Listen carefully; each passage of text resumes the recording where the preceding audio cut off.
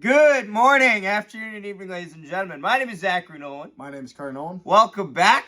We are back with Season 3, Episode 13 of The Bad Batch. This is like video 9, I think, because they've done a bunch of double releases.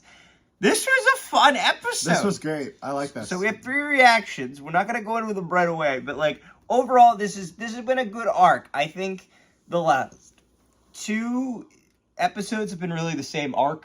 The arc of let's get Rampart to get Omega back. Yes. It's been the middleman to the finale. Yeah. I want to say. Yeah. Well, I mean, I looked at how many episodes are in season 1 and 2, and it's 16 for each. We're on episode 13, so we brought probably about 3 episodes left, which checks out. Which might not be a 1-week thing, a 3-week thing, because we now know that. We know it's ending on May 1st. I know that. I know the final episode comes out May 1st because then.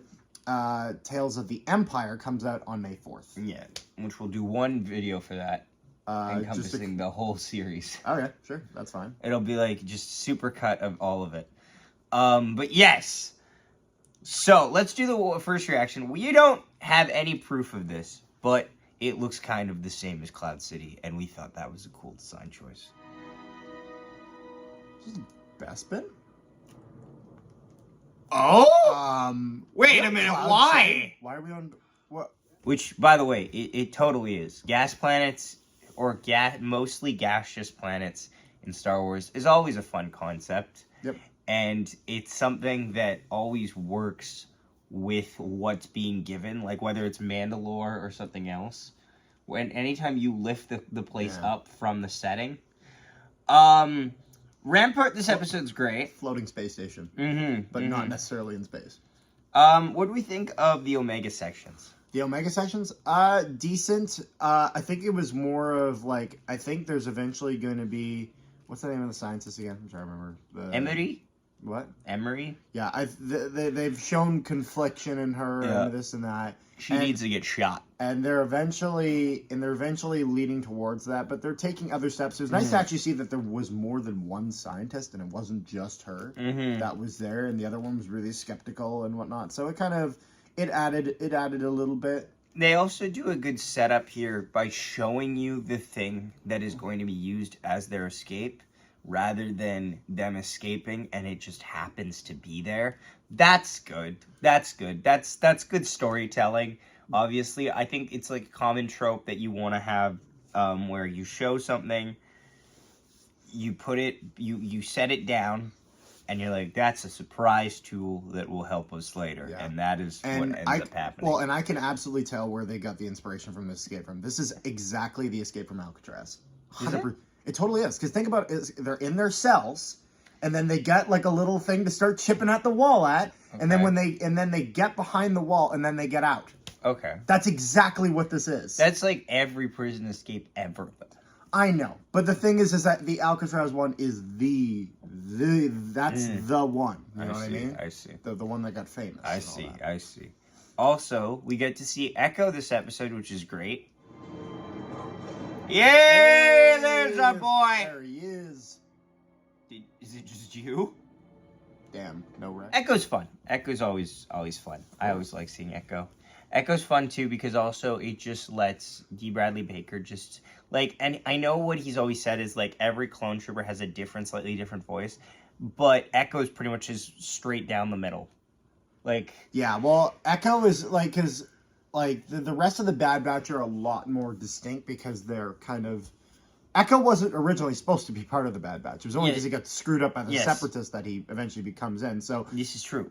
I mean, because Echo was a reg, as they called them, it makes sense how his voice is more regular. I'm just saying that it's very nice that D. Bradley Baker gets to go back to the old roots for this type of an episode, of course, too. Yeah. I don't know why that's coming up, Because you have 20% battery. That's why it's coming up. I know, it tells you why it's coming up. Anyway, we get to see Rampart being an asshole, which is great. Student trooper, step aside. My division and my orders are classified. If you have an issue with that, Lieutenant, then contact Governor Tarkin. Oh, yes, sir. Now, carry on.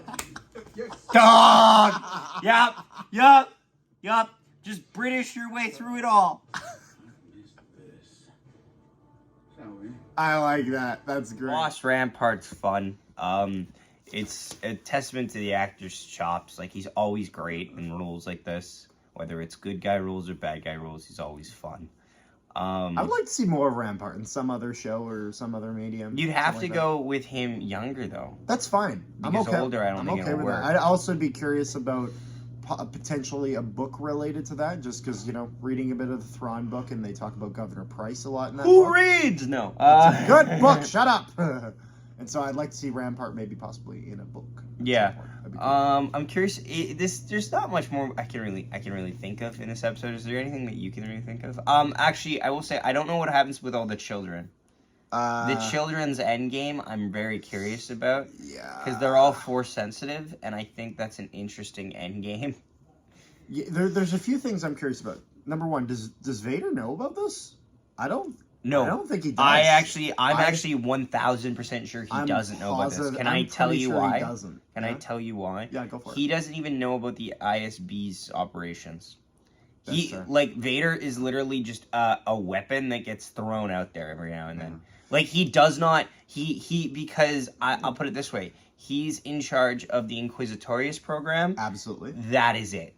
He's not even in control of the IBS program, which is why, spoilers for Jedi Survivor, when the ISB's program finds out that they were harboring a Jedi elimination program or Jedi, turnover program, he goes livid, kills the dude in charge, and takes over the ISB program by the end. So there's no way that he knows that this is going on Tantus, considering how few people even know about Tantus.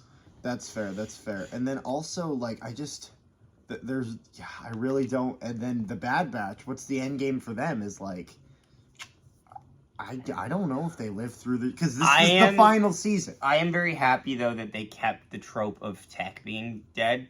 That's good. I was worried they were going to cheap pop it, try to, have him return. I'm happy with There's that. still time for that. No. But I'm not saying they... Here's why they can't. can't. He should You can't resurrect a guy just for him to die 20 minutes later. That's true. That's the what's it called? What's the word I'm looking for? That's the Zack Snyder's Justice League, or the Batman vs Superman conundrum. You can't heal him just to have him show up later, just to die. That's fair. Dumb that.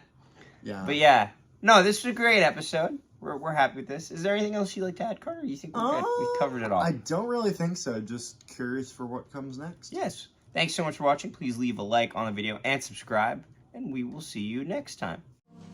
How did my father die? Like a panther.